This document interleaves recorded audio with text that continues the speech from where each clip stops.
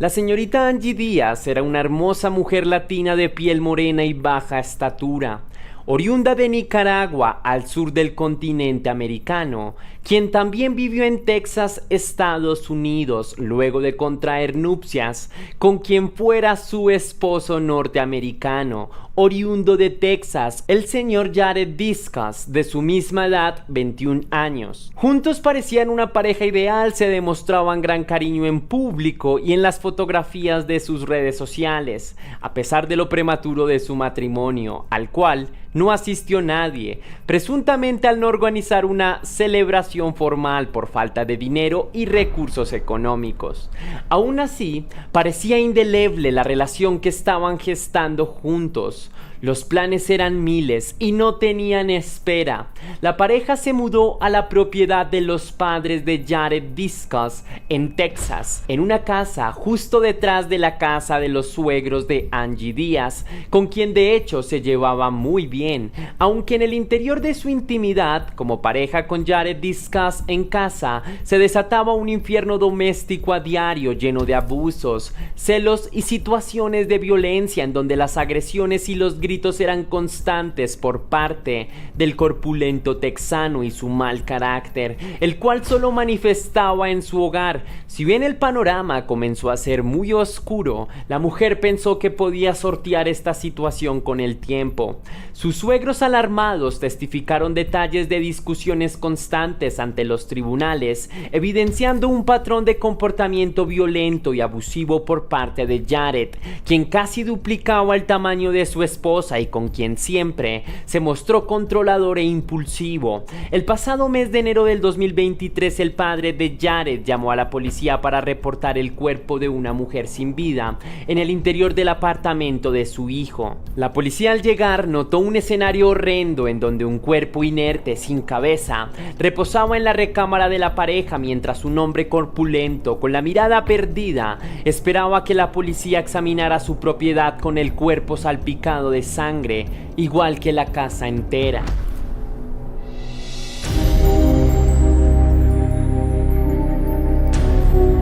La señorita Angie Díaz viene de un contexto humilde en su país latino. Nace en el 2012 en Nicaragua, procede de una familia humilde y trabajadora, por lo que se crió bajo el cuidado de sus tíos, principalmente de la hermana de su madre, la señora María Libertad, pues su madre biológica trabajaba en el extranjero en los Estados Unidos, enviando dinero en dólares para su hija y sus familiares. Quienes la describieron dijeron que era una mujer sumamente amable y muy cordial con todas las personas. Siempre se mostró positiva y solidaria, ayudando a todo aquel que necesitara de ella en cualquier momento. La joven estudió y creció en su país natal. Al graduarse del colegio consiguió varios trabajos, pero se dio cuenta de que el dinero no era suficiente para vivir plenamente en su país, pues su madre de crianza enfermó gravemente de un cáncer terminal. Angie Díaz debe tomar la misma decisión que alguna vez tomó su madre biológica para poder mantener a la familia, viajar a los Estados Unidos en busca de mejores oportunidades económicas y adquisitivas para hacer realidad el sueño americano. En el 2019, Angie Díaz viaja a los Estados Unidos, al estado de Texas, donde la espera su madre biológica con los brazos abiertos. Un reencuentro sumamente esperado desde hace años. Un episodio amoroso donde madre e hija se veían a la cara por fin luego de mucho tiempo compartiendo un mismo objetivo en el extranjero. sacar a su familia adelante trabajando duro por sus seres queridos. Angie Díaz vivió en Estados Unidos durante 3 años, aprendió el idioma inglés con facilidad y práctica, siendo muy inteligente y disciplinada, hablándolo a diario hasta ganar un buen vocabulario. Sin embargo, sus problemas sucedían porque confiaba demasiado en la gente, que a veces se aprovechaban de ella porque siempre fue muy ingenua e inocente en muchos aspectos de su vida. Trabajó en Norteamérica en varios oficios, ganando en dólares y enviando dinero para su país de origen, explotándose a sí misma en horarios intensos y consecutivos para poder pagar el tratamiento de su madre de crianza, la señora María Libertad, y darle un estilo de vida digno, quien solo podía sentir orgullo por su hija. En la mente de Angie no tenía cabida otro plan diferente al de ayudar a su madre de crianza, a quien le guardaba un profundo afecto. La joven laboraba como cajera en un gran supermercado de carnes antes de su defunción. Sus amigos en los Estados Unidos, como en Nicaragua, la describen como una chica alegre, optimista e inteligente, que despertaba una gran ternura natural, cuya historia de superación la hacía una mujer digna de admirar. Todo el tiempo estaba trabajando, comprometida por su familia, destacando por su responsabilidad.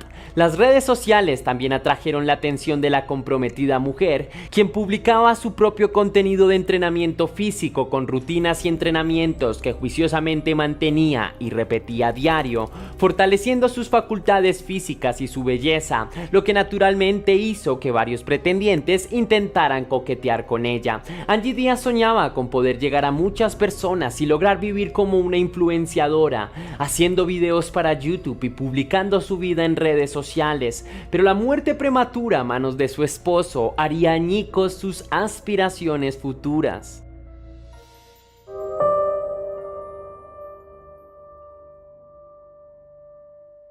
En su trabajo como cajera en el supermercado de carnes, Angie Díaz tendría un amigo cercano, un hombre robusto de cabellos rojos llamado Jared Discus, también con 21 años y un futuro prometedor por delante. Juntos tuvieron un fugaz romance en donde 3 meses después, en octubre del año 2022, se casarían a escondidas de sus conocidos. Las cosas entre ellos dos sucedieron demasiado rápido, sintieron desde esa primera vez una conexión que no querían dejar escapar por ninguna razón, sin saber que esto sería un trágico error. Jared Discos parecía un tipo tranquilo a pesar de ser un hombre robusto y de semblante apretado. Sin embargo, tuvo algunos episodios donde se comportó extraño y posesivo, según describen los amigos de la pareja, como aquella vez en una fiesta de Navidad, cuando Angie Díaz bailaba sola. Luego de un rato, cuando llegó su esposo a la fiesta, sin saludar a nadie, visiblemente enojado, tomó a su esposa de la mano y se marchó declarando amenazante ante todos: "Ella es mi chica".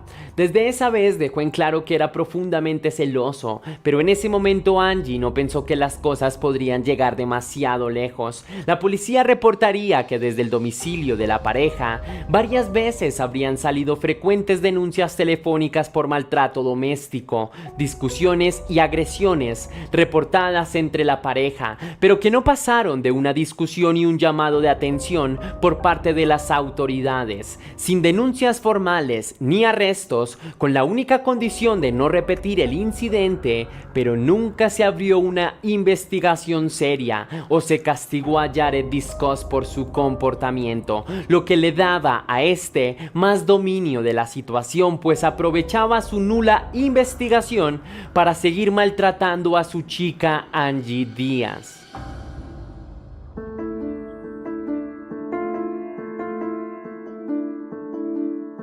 El pasado 11 de enero de 2023, la policía recibe una llamada telefónica de un hombre mayor. Se trata del padre de Jared Discos, quien vive justo detrás de la casa de su hijo y su esposa, Angie Díaz, siendo el dueño legítimo de la propiedad. El hombre asustado llama a la policía, informando que ha encontrado el cuerpo de una mujer sin la cabeza en el cuarto de su hijo, en la casa donde vive, lo que rápidamente haría identificar a la víctima como Angie Díaz. El padre, con voz entrecortada, solo pide a la policía que cuanto antes lleguen al lugar de los hechos, mientras sospechó con un dolor punzante en el pecho que su hijo sería el responsable de esta barbarie. Al llegar, las autoridades interceptan la cabeza de la joven en la bañera de la misma casa, flotando en el agua. Se trata de Angie Díaz, de 21 años, quien presenta laceraciones profundas en su cuerpo y en su espalda. La escena del crimen parecía extraída de una auténtica película de terror. Los oficiales no podían creer lo que estaban viendo. El hedor en la casa era intenso. Jared Discos, principal sospechoso del crimen sangriento, fue arrestado inmediatamente luego de ser atrapado esperando su detención en su propia sala. Salpicado de sangre y sin sentir remordimiento, el tipo confesó el caso criminal con frialdad y sin ningún arrepentimiento, sin dar detalles sobre el porqué de sus actos o sobre el impulso que llevó a terminar con la vida de la mujer que amaba, o por lo menos eso fue lo que le dijo a las autoridades, pues resulta muy difícil creer que amó a la persona a quien poco después le arrebató sus sueños para siempre. Vecinos del sector, entre ellos sus suegros, escucharon voces en casa de Angie Díaz y su esposo la noche anterior, gritos, llantos y súplicas. Luego, un silencio rotundo, casi sepulcral, presunto instante en el que sucedió el crimen. Los vecinos, aterrados por lo sucedido, no podían comprender cómo ese hombre fue capaz de hacer algo tan cruel a su propia esposa. ¿Cómo era posible que fuese capaz de fingir un rol falso de buen novio y protector con Angie, cuando en realidad era un monstruo a punto de erupcionar toda su ira? Con el paso del tiempo, los suegros empezaron a notar la ausencia de Angie Díaz en el domicilio, pues de hecho tenían una muy buena relación con su nuera, solían platicar a diario e incluso cocinar en familia. Ellos estaban felices de que ella fuera la mujer que acompañaría a su hijo. Por otro lado, su hijo Jared Discos había estado comportándose muy extraño, profundamente nervioso, distraído y aletargado. Al preguntarle por Angie Díaz sobre su esposa, el tipo balbuceaba sin decir nada en concreto. Se notaba atemorizado y perturbado. Por eso los suegros investigan por su propia cuenta el domicilio de su hijo y su nuera, encontrándose con el sangriento escenario que acabó con la vida de Angie Díaz.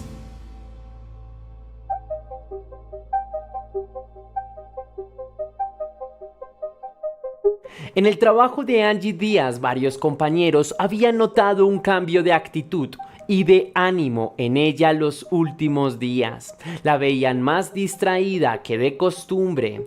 Incluso la vieron llorar un par de veces, como si algo en su vida la estuviera agobiando. Poco después indagaron sobre su dolor, asumiéndolo al estilo de vida del trabajo y la rutina, pero nadie sospechó que era por su esposo en un principio, hasta que ya era demasiado tarde. Jared Discos no tenía antecedentes penales, aunque sí una fama y varios episodios de violencia. Sus padres lo persuadieron para que confesara su crimen a la policía, por lo que procedió sin altercados a hacerlo.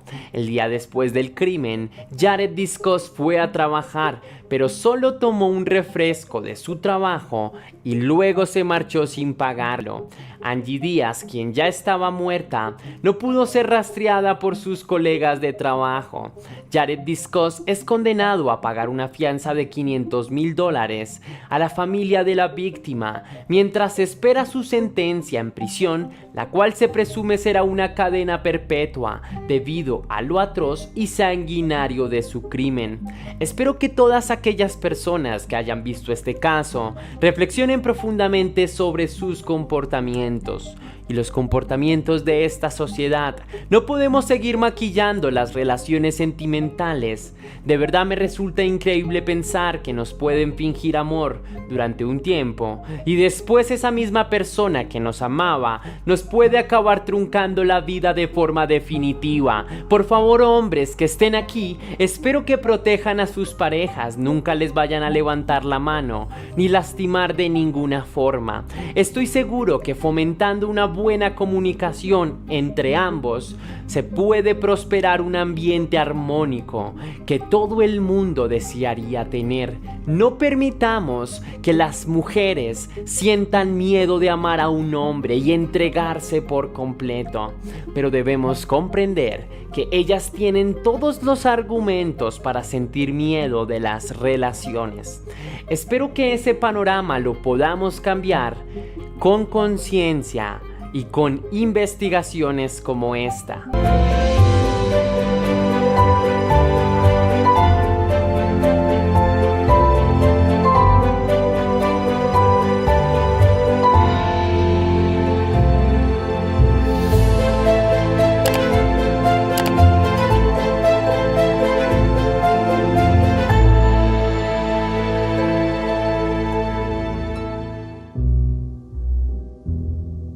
Christie conoció a Jason Sheets desde muy joven, vivían a tan solo 15 minutos de distancia el uno del otro en barrios cercanos de Alabama, en Estados Unidos.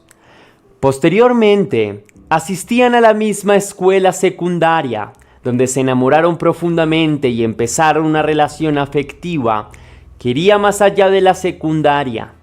La pareja joven parecía destinada a estar juntos. Eran compatibles en varios gustos y actividades, frecuentaban lugares en común, se entendían bien, por lo que empezaron a salir como novios y a fantasear con el futuro, pensando en una vida para compartir juntos, visualizándose en una casa grande, con algunos hijos y siendo felices. Entonces se casaron y marcaron el comienzo de un siguiente capítulo en sus vidas. Una etapa lejos del pizarrón y los pupitres, una vida como esposos y una familia ejemplar. Formaron su familia mudándose a la ciudad de Houston, en Texas, conviviendo con sus dos hijas en común, Madison y Taylor Sheets, con una diferencia de 5 años entre las dos, siendo Taylor la hermana mayor. Christie Sheets era usuaria frecuente de redes sociales, mostrándose muy activa a la hora de subir fotos con sus hijas y su familia, disfrutando de paseos y de comida deliciosa, capturando todos los momentos en fotografías.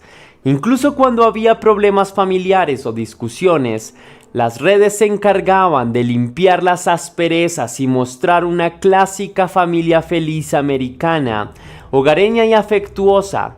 Los años pasaron y las niñas fueron creciendo.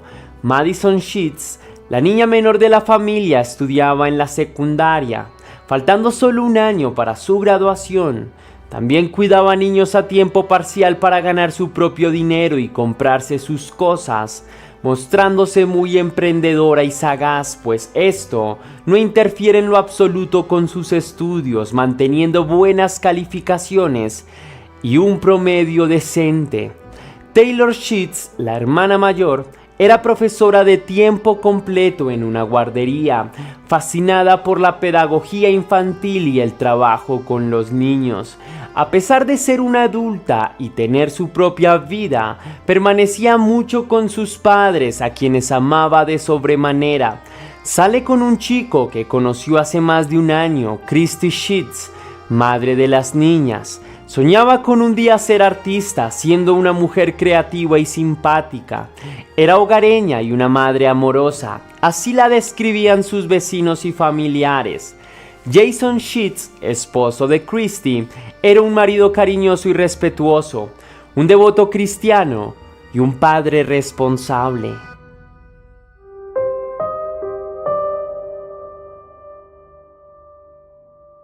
En el año 2012 empezaría la tragedia. Una serie de eventos desafortunados llevarían a la demencia a la pobre Christie Sheets, víctima de su propio duelo.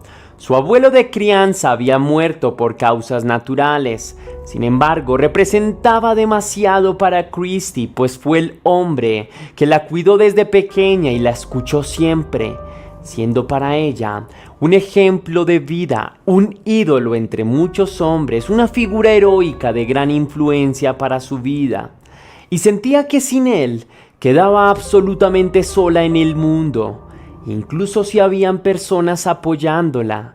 Tras la defunción del hombre anciano, Christy Sheets entró en una profunda depresión, exasperada porque nadie comprendía su dolor ni lo significativo que fue para ella su abuelo. Se lastimaba mucho cuando recordaba que no pudo decirle todo lo que sentía cuando estaba vivo, y entendió que la vida es fugaz cuando no la aprovechas. La tragedia no la abandonó. Meses después, la muerte golpeó a las puertas de la casa de su propia madre, quien murió al poco tiempo después que su abuelo.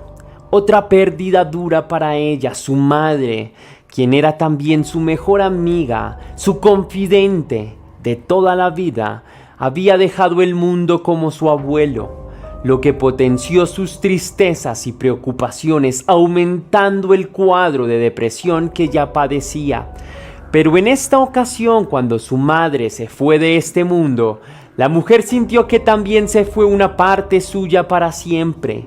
La actitud hogareña, simpática y amorosa que alguna vez tuvo como madre, se empezó a desvanecer con el tiempo. Su forma de vestir se notó andrajosa y desalineada, preocupándose menos por las cosas en su entorno, desinteresada de su matrimonio y de sus hijas cada día más independientes. La espiral de malos pensamientos y crisis nerviosas se fue haciendo más y más profunda. Luego de 4 años, Christy Sheets se volvió irreconocible para los suyos. Había bajado de peso considerablemente, siempre con poco apetito y una actitud repelente a la comida. Tenía estados donde miraba al vacío por horas, sumergida en sus ideas y recuerdos. Trató de poner un punto final a su vida en 3 ocasiones diferentes.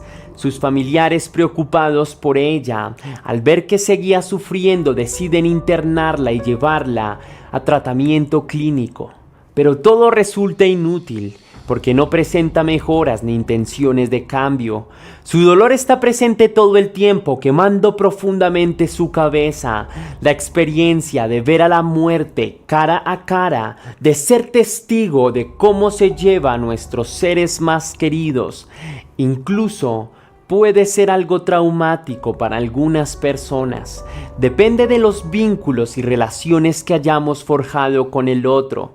Dicen que el tiempo todo lo cura, pero esta vez no consiguió el remedio para sanar a Christy Sheets. En junio del 2016, Jason y Christy se separarían definitivamente. La convivencia se había vuelto insoportable entre los dos. Era imposible llegar a la calma en su propio hogar, siendo Christy indiferente y grosera con él, en una actitud despreocupada que fue creciendo con el pasar de los días. Las discusiones eran constantes e incluso a veces se tornaban violentas. La falta de afecto había destruido el matrimonio. Christy salió y entró 3 veces de diferentes clínicas de salud mental. Fue mantenida en constante vigilancia por sus intentos de acabar con sus respiros, pero conoció la bebida y se sumergió en sus placeres hasta el alcoholismo, lo que, mezclado con sus fármacos recetados por psiquiatras, empeorarían su percepción de las cosas y su conexión con la realidad. Además, se sentía cada vez más sola y abandonada, lejos de quien fue su marido, de sus hijas mayores de edad, con sus novios y sus amigos, lejos de sus seres queridos que están en la otra vida, lejos de los días felices del pasado.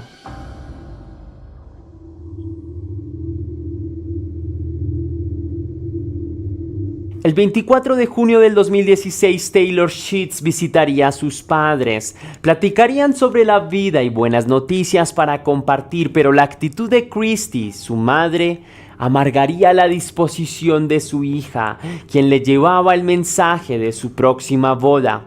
Había conocido a un hombre del que se había enamorado y este le habría propuesto casarse con él. La noticia no simpatizó para nada a la dolorida madre, quien discutió con Taylor hasta amenazarla. Le prohibió rotundamente verse con su hombre como si tuviera todavía 15 años.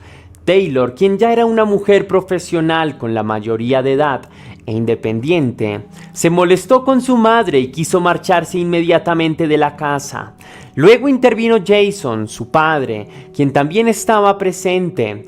Jason se puso de parte de su hija, defendiéndola y felicitándola por su boda, gesto que incomodó mucho más a Christy, quien colérica lanzó una profunda mirada de odio a sus familiares y les declaró un castigo ejemplar en el futuro. Jason insistió en que no podía castigar a su hija, quien era mayor de edad. Sin embargo, la mujer enfadada no daba brazo a torcer y juró vengarse de su primogénita y su expareja. Días después, Christy organizó una reunión familiar en su propia casa. Todos pensaban que sería para hablar sobre la discusión de los días anteriores, posiblemente en una actitud de arrepentimiento para arreglar las cosas dentro de la familia. Sin embargo, Jason creyó que el encuentro sería para informar la noticia del divorcio formal a sus hijas, quienes aún no estaban enteradas. Se preparó para una jornada de nostalgia y de declaraciones, pues muchas cosas saldrían a la luz en la intensa reunión, pero no eran nada de lo que suponía, sino más bien una tertulia mucho más diabólica. Cuando la familia se reunió en casa, Christy pidió la palabra primero, preparándose para expresar sus incomodidades. Toda la familia había notado a su mamá comportarse de manera extraña, demasiado inquieta, ansiosa tal vez. Era el momento de manifestarlo, pero sorpresivamente la madre desenfundó la pistola de su abuelo, a quien tanto admiró en vida, y disparó directamente contra su hija casi a quemarropa. Taylor Sheets recibe el disparo sorprendida en presencia de toda su familia. Jason, desesperado, se lanzó sobre su hija Taylor para cubrirla con sus brazos y tratar de defenderla. Mientras tanto, Madison Sheets, hermana menor de la familia, tiene el tiempo de escapar, pero no lo hizo, prefiriendo correr hacia el teléfono para llamar a emergencias al 911.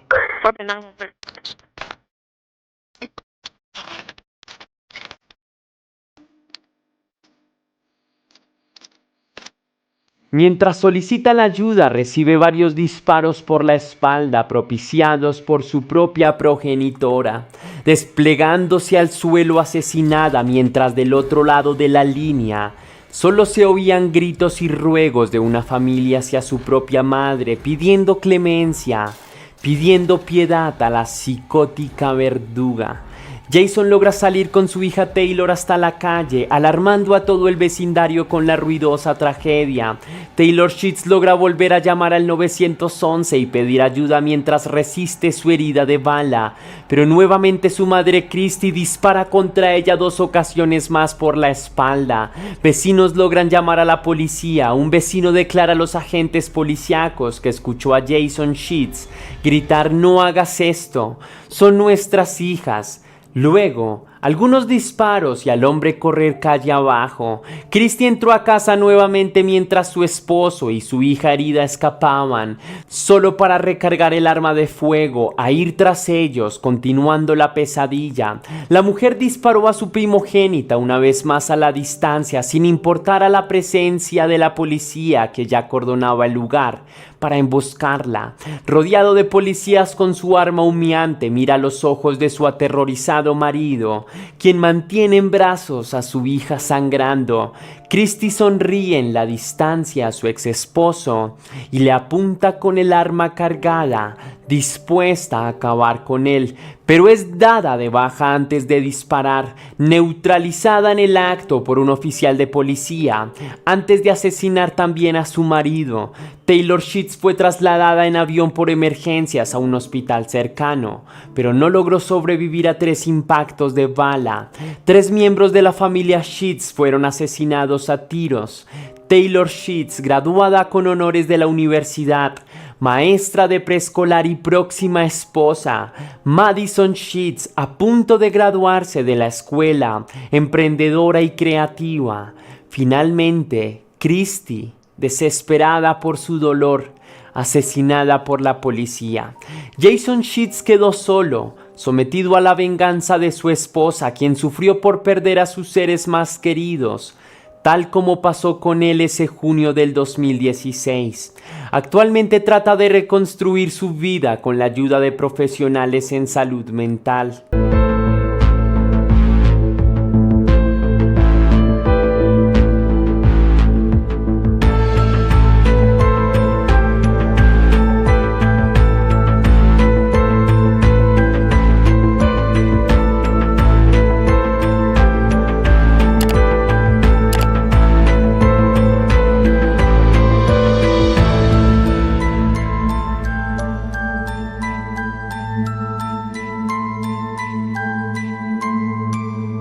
El lunes 9 de agosto de 2021 había empezado como un día cualquiera para uno de los trabajadores agrícolas de Baja California.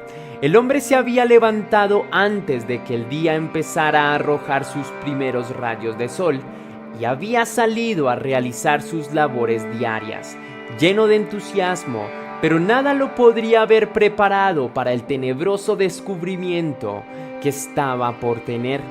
El hombre caminaba tranquilamente por el kilómetro 55.4 de la carretera panorámica entre Tijuana y Ensenada, y a lo lejos, en medio de una zanja, divisó un objeto extraño.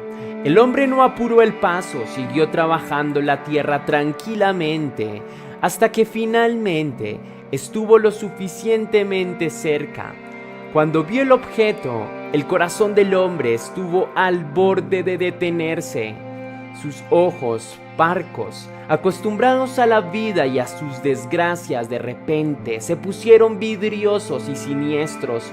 Delante de él había un charco enorme de sangre y en el medio de él los cuerpos de dos pequeños niños que a ese punto ya se encontraban sin vida.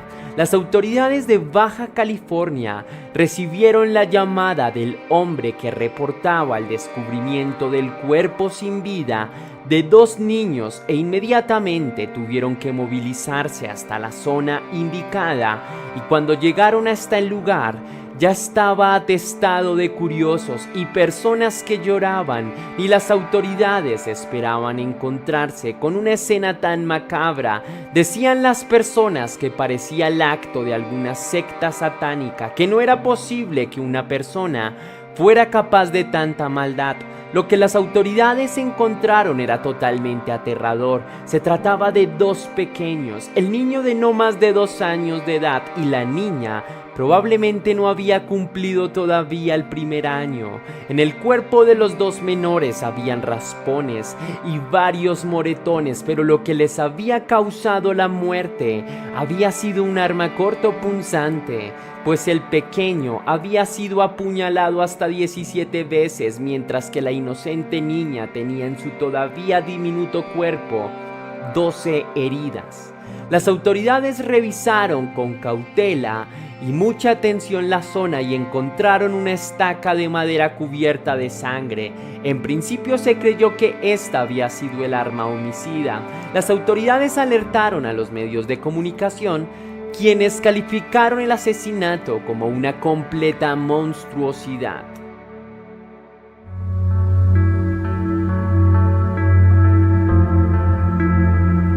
La tragedia había comenzado un par de días atrás, cuando la esposa de Matthew Coleman notó que su esposo no se encontraba en casa y que había salido con sus hijos. En un principio la mujer no se extrañó demasiado, pues pensó que tal vez los había llevado a comer en algún sitio o simplemente los había sacado a pasear. Sin embargo, su preocupación fue increciendo cuando vio que las horas pasaban y el hombre seguía sin aparecer. La mujer no dudaba de su esposo, pero lo que la preocupaba es que Matthew había salido con su Ford Sprinter roja y no tenía silla para niños, algo que desde luego ponía en peligro la vida de la hija menor, quien tan solo tenía 11 meses de edad. Durante todo el día la esposa de Matthew estuvo tratando de localizarlo, pero el hombre no solo no respondía a sus llamadas o sus mensajes, es que ni siquiera los recibía. Era como si el hombre se hubiera evaporado por completo de la faz de la tierra, y junto con él se hubiera llevado a sus hijos. Pese a la preocupación, la esposa del hombre trató de mantener la calma por lo que quedó del día. aunque aquella noche muy probablemente no pudo pegar el ojo ni conciliar el sueño. Al día siguiente, la mujer se dirigió directamente a las autoridades de Santa Bárbara, lugar en el que residía, y les informó que su esposo y sus 2 hijos estaban desaparecidos desde el día anterior. Ese domingo 8 de agosto, las autoridades le sugirieron a la mujer que utilizara la aplicación llamada Find My iPhone para tratar de ubicar a su esposo. El programa arrojó resultados un tanto desesperanzadores para la esposa del hombre, pues la aplicación mostraba que la ubicación del celular era en Coleman, Rosario, ubicado en el vecino país México.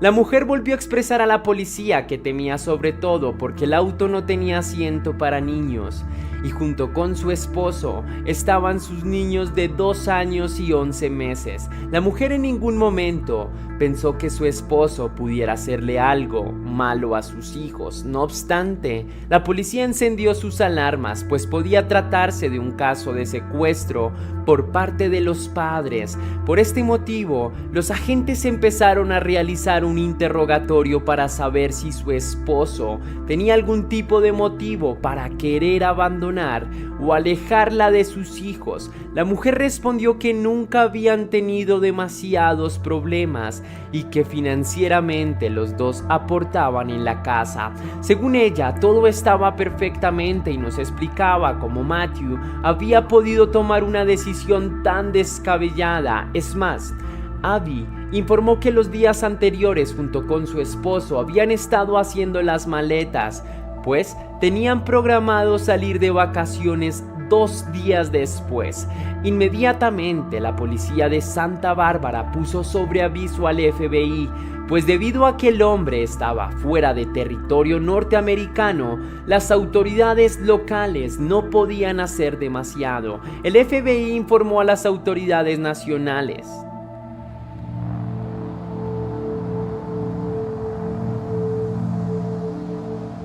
Aquel mismo domingo en el que su esposa Abby se encontraba en la policía denunciando su desaparición, Matthew, en compañía de sus hijos, había llegado a México y se hospedó en el hotel City Express en Rosarito.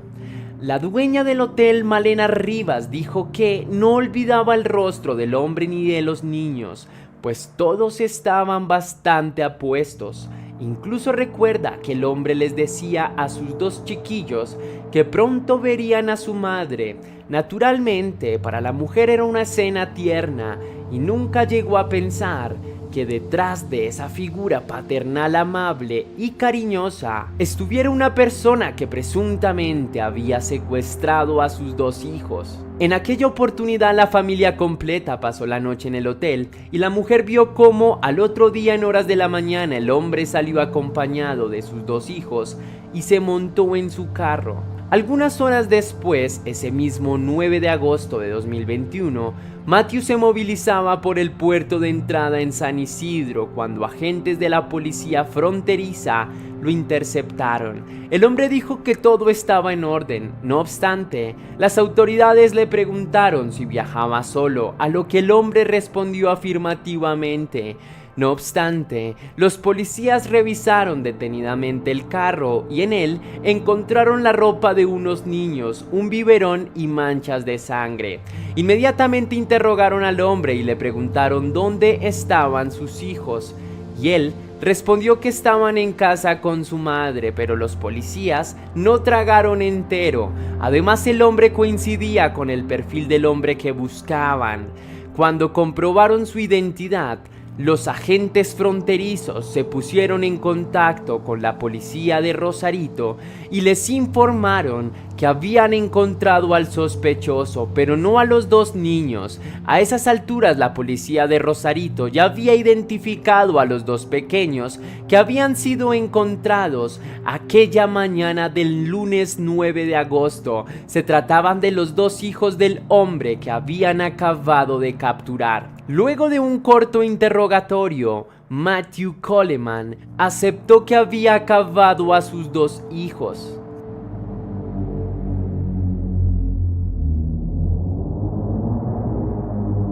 Matthew Coleman es un hombre que para aquella época tenía 40 años de edad. El hombre se había graduado de la Universidad San Diego Point Loma Nazarene University y se desempeñaba como profesor en la ciudad de Santa Bárbara. Además de eso, Matthew dirigía Love Water Surf, otra escuela de surf. Toda su vida el hombre había sido un aficionado al mar y pocas veces había tenido conflictos a lo largo de su vida. Quienes lo conocían decían que era un hombre tranquilo y desde que tenía hijos se había vuelto un sujeto sumamente hogareño y paternal.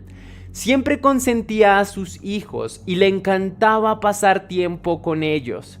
A Matthew le gustaban tanto los niños que no estaba feliz teniendo tan solo 2. Incluso en una conversación con un amigo suyo, le dijo que quería tener 4.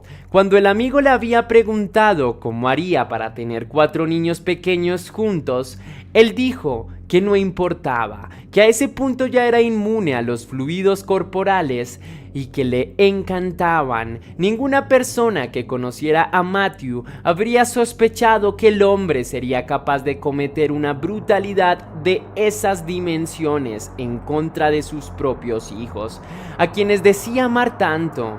Y una de las personas que más confiaba en él era justamente su esposa, quien lo consideraba como una persona amorosa y amable. Pero si todo era color de rosas en la vida de esta familia y Matthew era hasta ese evento un hombre ejemplar, ¿cómo el hombre de un día para otro se habría convertido en un criminal a sangre fría, capaz de arrebatarle la vida a sus propios hijos? La confesión del hombre permite esclarecer que su cabeza no estaba del todo bien.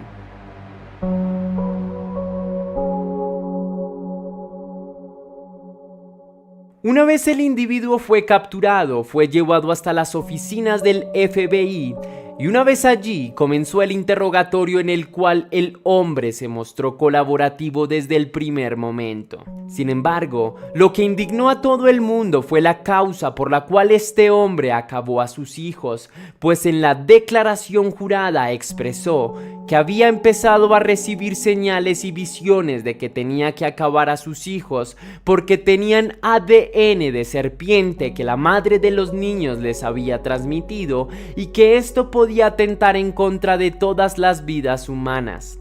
El hombre aseguraba que había sacrificado a sus hijos por el bien de toda la humanidad.